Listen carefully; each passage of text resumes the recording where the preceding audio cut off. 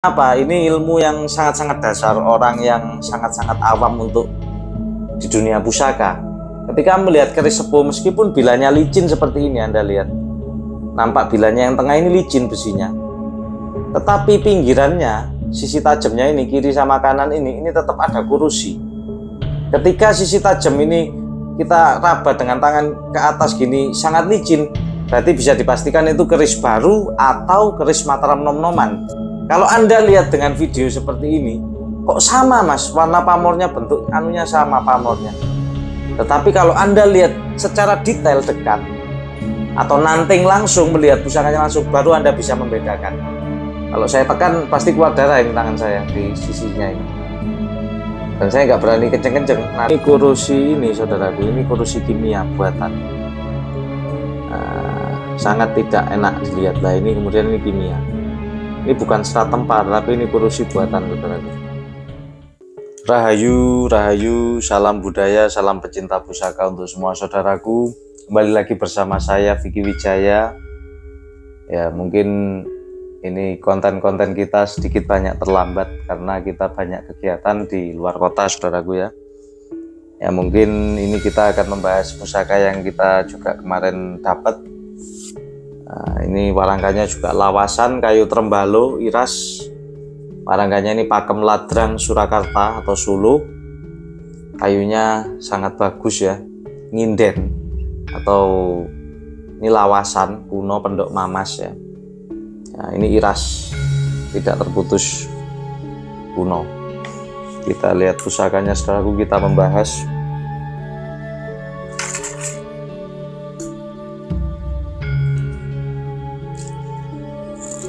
Ini pusaka Luk 9, dapurnya Sempono saudaraku.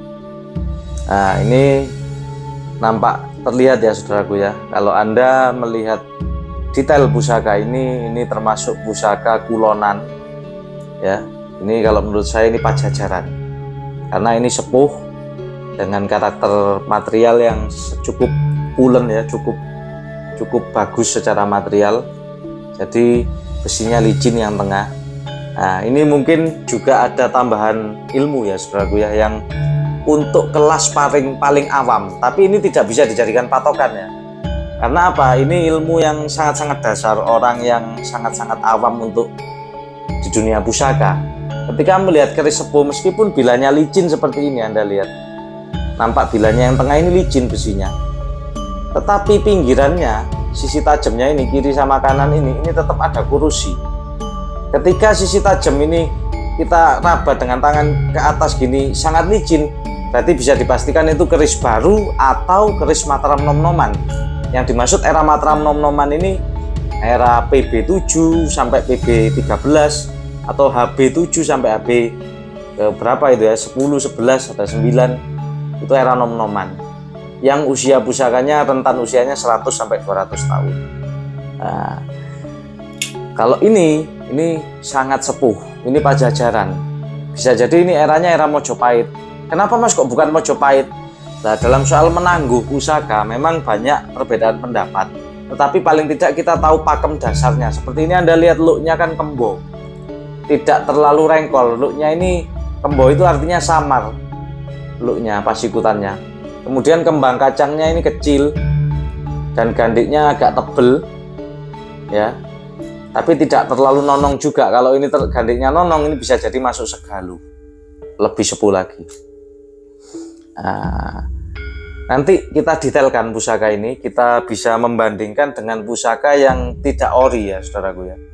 Kita bahas dulu secara filosofi maupun dapurnya. Ini termasuk dapur Sempono, kita lihat looknya 9, ricikannya dapur Sempono ini ada pijetan, kemudian lambe gajahnya 1, jalannya 1, kembang kacang, ada gereneng. Ini termasuk dapur Sempono. Kalau kita lihat pamornya, ini sebenarnya pamor adek, cuma di ujung ini ada aus ya saudaraku ya, aus. Ini pamor adek. Adek ini seperti kalau Banyumili bukan, ini sebenarnya pamor yang cukup kelas sebenarnya, tetapi sayangnya di atas ini aus pamornya, udah mengelupas ya, wajar karena usianya sepuh era Mojopahit. Nah kalau kita lihat sebenarnya ini pamor Gajah Gelar karena adeknya 5. Gajah Gelar adalah pamor adek dengan garis yang agak tebal, biasanya 5 sampai 5 garis ataupun 7 garis. Ini kebetulan 5 ini. Kita lihat 1 2 3 4 5. Dan agak renggang. Tidak seperti banyu mili. Kalau banyu mili kan rapat. Ke atas juga adek tetapi lebih rapat. Ini ada renggang. Pamor gajah gelar ini tuah. Utamanya dipercaya memberikan tuah kewibawaan untuk sang pemilik gajah gelar. Sebenarnya ini mantan pusaka kelas ya, yang kelas untuk pusaka kepemimpinan yang menambah wibawa, spiritual wibawa untuk sang pemilik. Tetapi karena pamornya aus ke atas ini ya akhirnya tidak nampak. Tapi wajar karena kurusi ya. Kemudian kalau dapur sempono sudah sangat-sangat sering kita bahas. Sempono itu berarti mimpi. Dan luk 9. Kita tahu ajaran di Jawa leluhur kita, ketika untuk mencapai mimpi-mimpi yang besar, ingin mencapai atau menggapai suatu cita-cita mimpi yang besar, hendaklah kita menjaga babakan Hawa Songo, menjaga lubang 9 yang tempatnya nafsu. Jadi kita harus pandai-pandai mengendalikan nafsu kita dari mulut, omongan, mata, hidung, ya lubang-lubang 9 yang lain juga. Itu filosofi dari dapur sempono. Ya memang dapur sempono ini dapur favorit yang dicari oleh biasanya golongan para PNS, ya TNI Polri, untuk ingin mudah naik jabatan karena untuk mengejar mimpinya. Ya tidak munafik bahwa orang-orang yang bekerja menjadi abdi negara, kalau dulu era kerajaan itu abdi dalam keraton, biasanya banyak agamanya dapur sempono. Ya, tetapi juga lihat pamornya. Kalau lihat pamor gajah gelar gini, ini lumayan cukup kelas. Jadi memang biasanya untuk PNS kan banyak, tetapi ada yang jabatannya cuma staf, ada yang kabak, ada yang sampai kepala kantor, kepala bidang, seperti itu ya.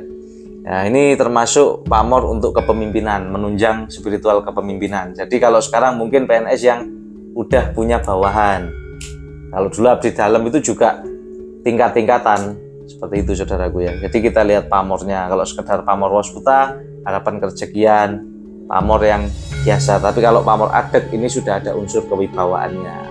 Seperti itu. Tantingannya ringan. Nah, kalau Anda lihat di foto video, ini kok mas kok tidak ada kursinya? Ini ada. Kalau kita raba ke atas gini, kalau kita tekan, tangan kita pasti berdarah. Jadi kursinya ini sangat lembut ya. Ini kondisi kursi. Lah kalau keris baru licin, meskipun digeser tangannya licin, digeser gini, ini licin, nggak mungkin keluar darah, nggak ada terasa kayak ringgi-ringgi itu, kayak apa ya, jadi agak kasar, ada halus, ada lembut. Itu namanya kursi di pinggiran bilah. Itu cara paling mudah, tetapi juga tidak bisa dijadikan patokan ketika berbicara keris nom-noman atau keris kamar dikan baru. Terus kemudian yang kedua, ini pusaka teman saya, milik teman saya, cuma kita review. Ini warangkanya kayu hitam. Nah, ini khasnya warangka Palikat Sumenep, Madura ya. Biasanya ada yang nyebut warangkanya ini, ada yang dengu-dengan, ada yang kerangan, ada yang kembangan, seperti ini. Sangat simpel. Ini memang pusaka Madura.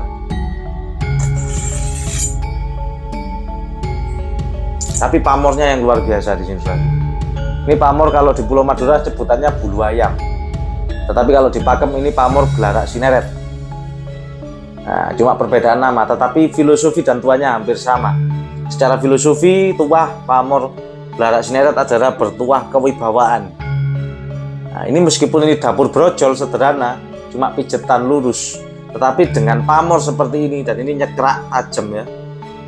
Ini termasuk pamor yang jauh lebih kelas tinggi kastanya daripada yang tadi kita review. Tangguhnya Madura Sepuh. Ini pamor kewibawaan. Dipercaya tuah dari pemegang pusaka dengan pamor Gelarak Sineret ini akan sangat berwibawa, akan menambah spiritual kepemimpinan untuk memimpin massa, banyak bawahan. Dan memang biasanya sangat-sangat dibutuhkan oleh orang-orang yang memiliki banyak bawahan atau pemimpin. entah itu di kantor, di suatu wilayah, ataupun di wilayah-wilayah tertentu, di pekerjaan ataupun di bidang usaha. Kadang seorang pengusaha yang punya banyak bawaan pun juga mencari pamor Barak Sineret untuk menunjang kewibawaannya dia. Jadi unsur leadershipnya ini alami, dari spiritual maupun secara langsung. Nah, ini kita juga akan membahas secara detail bentar lagi pusaka ini yang Madura Sepuh dengan pusaka tembakannya ini atau KW-nya. Ini langsung saja kita lihat ya, ini KW-nya. Kalau Anda lihat dengan video seperti ini, kok sama mas, warna pamornya, bentuk anunya sama pamornya. Tetapi kalau Anda lihat secara detail dekat atau nanting langsung melihat pusakanya langsung, baru Anda bisa membedakan. Makanya kita di sini juga salah satunya kita juga mengedukasi ya, bukan kita menggurui, tapi kita di sini sinau bareng, belajar bersama. Kita lihat titik-titik yang objektif seperti ini Anda lihat, saya pegang ini licin, kiri kanannya sangat licin, tidak ada kurusinya. Nah, tantingannya pun lebih berat.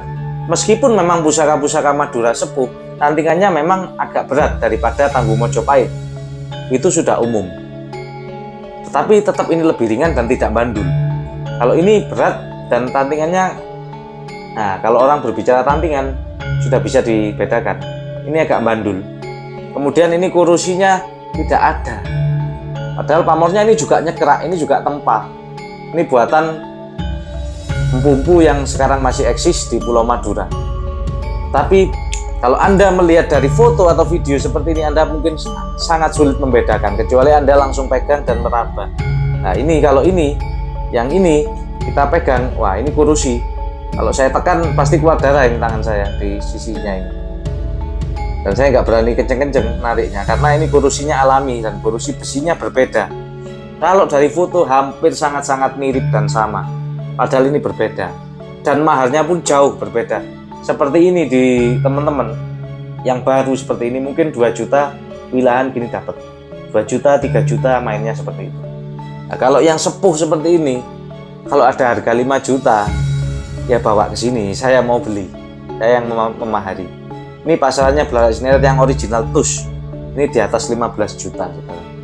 Kalau ada harga 12, 15, ya termasuk sangat-sangat terjangkau. Ya. Tapi sulit biasanya ditemui di pameran, kadang-kadang ya juga bisa lebih mahal, ya juga bisa lebih murah, tergantung orangnya pas butuh duit apa enggak.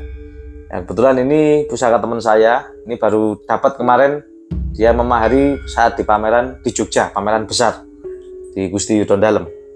Wah, kita akan didekatkan saja nanti dengan video ya, enggak tahu apa bisa kita ketahui perbedaannya apa enggak. Sebenarnya kalau kita lihat kasat mata begini, ini sudah ketahuan. Ini kurusinya di selorok ini. Nah, ini alami. Dan ini kalau diraba, ini kasar. Kalau ditekan, pasti keluar darah tangan saya. Sedangkan yang ini licin. Meskipun saya tekan, nggak mungkin keluar darah tangan saya. Ini pusaka Kamardikan baru yang diproses seolah-olah tua. Ya, ini pamornya juga bulu ayam, Barak Sineret. Ini pusaka original Barak Sineret Tangguh Madura Sepuh.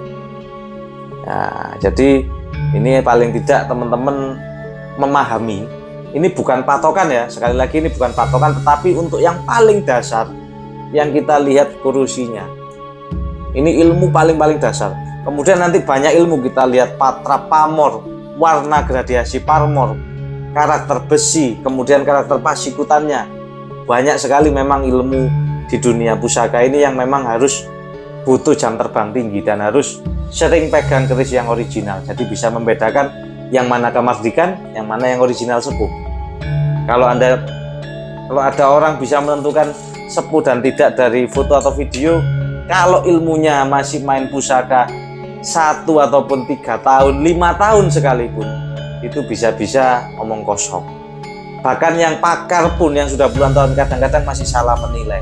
Tapi kalau lihat langsung, nah, tapi ya juga lihat Kamardikannya kelas apa. Kamardikan ini ada yang kelas grade A, yang super, tembakan super, ada yang grade B, yang koden. Sekali lihat dari foto udah ketahuan, oh Barak baru itu, terjang landepnya banyak. Nah, jadi tergantung jam terbangnya juga, sering datang ke pameran apa enggak, sering lihat keris baru apa enggak, sering lihat keris yang sepuh apa enggak. Semua tergantung jam terbang. Tapi pada dasarnya kalau memang tangguh, memang biasa perbedaan pendapat. Tetapi yang saya di sini tekankan, yang original sepuh sama yang kamardikan itu kita bisa bedakan. Ya, mungkin itu yang bisa kita menambah wawasan untuk teman-teman. Kayak gini ini kita maharkan cuma 2 juta, sudah lengkap, ada warangkanya.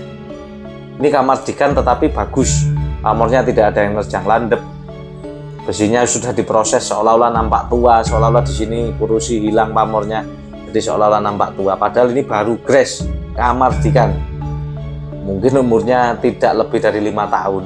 Ini umurnya pusaka ini. Nah, kalau orang yang mau ingin sekedar punya pusaka, sekedar mencintai seni, beli kamardikan aja cukup, tidak merogoh kantong terlalu banyak. Nah, mungkin itu. Terus kemudian pusaka Mataram, Anda lihat pasikutannya dengan yang tadi, perbedaannya yang tadi secara objektif. Ini looknya kan agak rengkol kelihatan. Ini Mataram Amangkurat yang sudah kita review. Sedangkan ini Kulonan, kenapa kita mengatakan Pajajaran? Ini juga kita tidak ngawur, ada ilmunya saudaraku, ada pakemnya. Meskipun ini pakem dasar, looknya kembo, kemudian materialnya, kemudian pasikutan ini bentuk kembang kacang, bentuk gonjo, ini berbeda. Ya kalau kita berbicara Tosan Aji, ciri-ciri detailnya memang akan sangat panjang, mungkin konten seharian tidak mungkin habis. Bukunya tentang pusaka ini banyak sekali literasinya, tapi paling tidak ketika kita banyak sharing di pameran, banyak sharing dengan para senior, para kurator nasional, kita di situ banyak menemukan ilmu-ilmu tentang pusaka dan kita bisa memahami, dan itu klop ya saudaraku ya. Ya mungkin sebentar lagi kita akan detailkan 2 pusaka tadi yang sama-sama pamor belarak ya, agar teman-teman mungkin bisa tahu membedakannya. Nah ini kita coba lihat dari dekat ya saudaraku ya. Ini ada sampel 3 pusaka ya.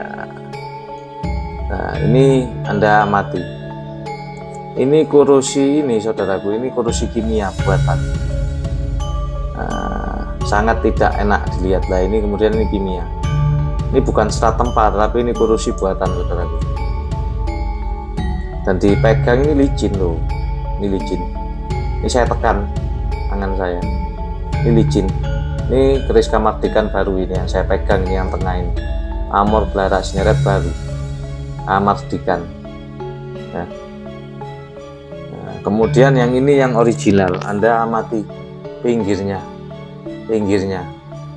Kalau dari video mungkin kurang nampak jelas, tetapi ketika kita raba ini baru agak terasa. Ini, nah ini kurusinya tidak rata, jadi agak tinggi-tinggi. Ini kalau kita kenceng, ini akan keluar darah tangan saya, karena kurusinya alami dan besinya serat tempa. Meskipun ini kondisinya warangannya kurang kontras, kurang terlihat antara selorok dengan tapen yang besi atennya yang tengah ini. Ini kalau kita lihat di siang hari, ini hitamnya lebih hitam yang tengah ini. Yang kemudian yang sisi seloroknya ini hitam agak keabu-abuan. Ya. Kalau dari video sangat-sangat hampir sama, sulit pasti dibedakan. Tapi kalau lihat langsung baru Anda bisa membedakan. Nah, ini kurusi buatan, jadi seolah-olah memang pamor dikikis. Nah, ini mungkin nampak lebih jelas karena ini tanggulnya ini tuban sepuh. Nah, ini lebih jelas seloroknya meskipun kondisinya warangan lama. Lah, ini kurusi yang alami seperti ini. Beda dengan yang ini. Ini kalau kita lihat siang hari ini nampak serat-serat ke atas, jadi seloroknya ini juga serat tempa dan besiatannya hitam, pamornya ini termasuk deling. Nah, pamor tumpal keli ini yang kiri ini ya saudaraku ya. Jadi memang dari video itu agak sulit dibedakan saudaraku. Nah, ini saya kategorikan ini masih kamardikan KW2 yang tengah ini, karena ada yang lebih mirip lagi yang prosesnya diproses lama pakai kimia. Ini cuma ini kikirannya juga masih terlihat ya, ini licin, masih licin ini. Ini kita tekan ini ya, licin. Kemudian Nah, ini terlihat nampak ini bekas kikirannya, jadi belum terlalu rapi untuk diproses. Kalau secara bentuk sudah bagus, pamornya ini juga menggunakan bahan yang bagus, tapi gradiasinya tidak ada, itu cuma satu warna. Sedangkan Anda lihat ke pamor tumpal Kelly ini ada gradiasi warna, mulai ada yang keperakan, ada yang ngedrop, ada yang rawit. Nah, di sini juga ada gradiasi warna. Ketika pamor bulu ayamnya memang original, ada yang agak mengkilap, ada yang ngedrop warnanya, ada yang mengkilap, ada yang ngedrop. Ini kalau diwarangi lagi juga ada yang deling, ini istimewa ini ya. Mungkin ini bisa dijadikan sedikit wawasan ya, bahwa untuk pembelajaran pusaka yang ori, dari foto video kadang sulit. Ini 3 sampel ya. Ini kita kalau dari video pasti Anda bingung, ini baru Kamardikan. Silakan kalau ada yang minat, ini kita maharkan cuma 2 juta rupiah ya. Kalau ini original sepuh, ini juga original sepuh ya. Jadi sulit dibedakan ya. Maka dari itu memang butuh pembelajaran untuk tentang pusaka yang benar ya, butuh jam terbang, butuh sering datang ke pameran, sharing-sharing ke senior. Mungkin ini yang bisa kita bahas detailnya ya saudaraku ya. Semoga ini menambah manfaat, wawasan untuk kita semua ya, untuk belajar Tosanaji sejatinya juga untuk menambah kita mencintai budaya kita ini sendiri. Nah, ini barusan kita sudah lihat ya saudaraku ya, untuk detail videonya ya. Harapan saya semoga ini bisa dipahami, meskipun sangat sulit ya saudaraku ya. Ya mungkin memang belajar pusaka tidak cukup cuma dari video, tidak cukup cuma dari foto. Yang penting dalam pembelajaran pusaka memang harus jam terbang, sering nanting. Kalau masalah perbedaan tangguh tidak masalah, tetapi paling tidak Anda tahu ini yang original sepuh, ini yang Kamardikan diproses seolah-olah nampak sepuh. Dan semua ada ciri-ciri khususnya, ada literasi-literasi yang logis, yang objektif, yang bisa kita pelajari. Ya mungkin harapan saya di sini di tahun 2025 ini kita semakin banyak generasi-generasi penerus yang mencintai pusaka warisan leluhur kita Nuswantara Indonesia ini, untuk Indonesia menjadi lebih baik lagi. Mungkin itu yang bisa kita sampaikan di konten kali ini. Kurang lebihnya saya mohon maaf. Terima kasih sudah menyimak. Rahayu, rahayu, salam budaya.